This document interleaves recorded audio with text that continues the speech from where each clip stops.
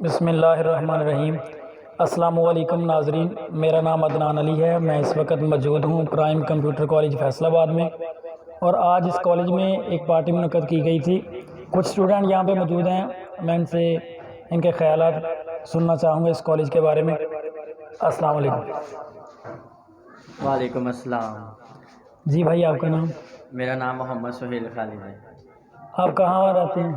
मैं इधर रहता हूँ फैसलाबाद गुलामाबाद वाली साइड पे। आप इस कॉलेज के बारे में मुझे कुछ बताएंगे, इस कॉलेज का माहौल कैसा है? कॉलेज का माहौल बहुत ही अच्छा है।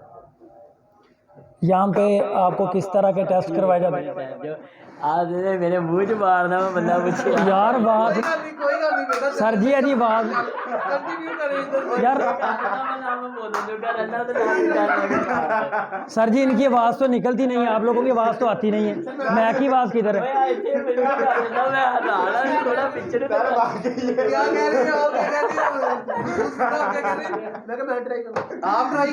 सर जी ये बोलते नहीं है, पता नहीं इनकी आवाज़ है ही नहीं यार। मैक नहीं आवाज़ दे रहे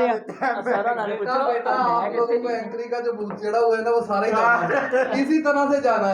इधर यार, इधर रख के बोलो फिर आवाज़ आनी। इतने नहीं आवाज़ आ रही है, मेरी अपनी सुन रही है। ਤੁਸੀਂ ਮਜ਼ਾਕ ਸਮਝਿਆ ਹੋਇਆ ਯਾਰ?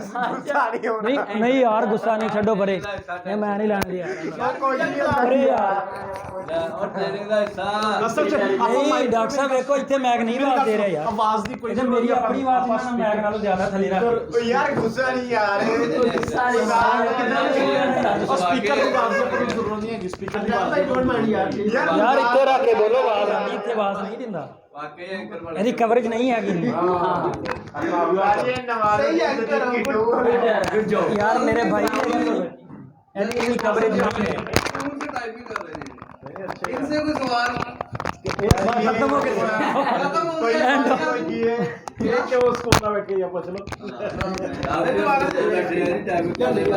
नहीं यार, आवाज नहीं, सेल आवाज नहीं दिंदा। इत्थे रख के बोल, आवाज आ रही देख के बोल, तेरी आवाज आ रही। उच्ची बोलिया ना, जिस तरह पहले बोल रहे। पीछे देखो तुम। मेरा नाम सोहेल है, वो आवाज नहीं आ रही। ये देखो तुम इंटरव्यू ਤੁਸੀਂ ਪਹਿਲੇ ਐਸਾ ਬੋਲ ਰਹੇ, ਹੁਣ ਤੁਹਾਨੂੰ ਮੈਂ ਪੰਪ ਕੀਤਾ, ਤੁਸੀਂ ਤੇਜ਼ ਹੋ ਗਏ। इंटरव्यू दे रहे हो, देखो तुमने क्या किया। ये चले जी, दोबारा से शुरू कर लें, कोई नहीं बात, दोबारा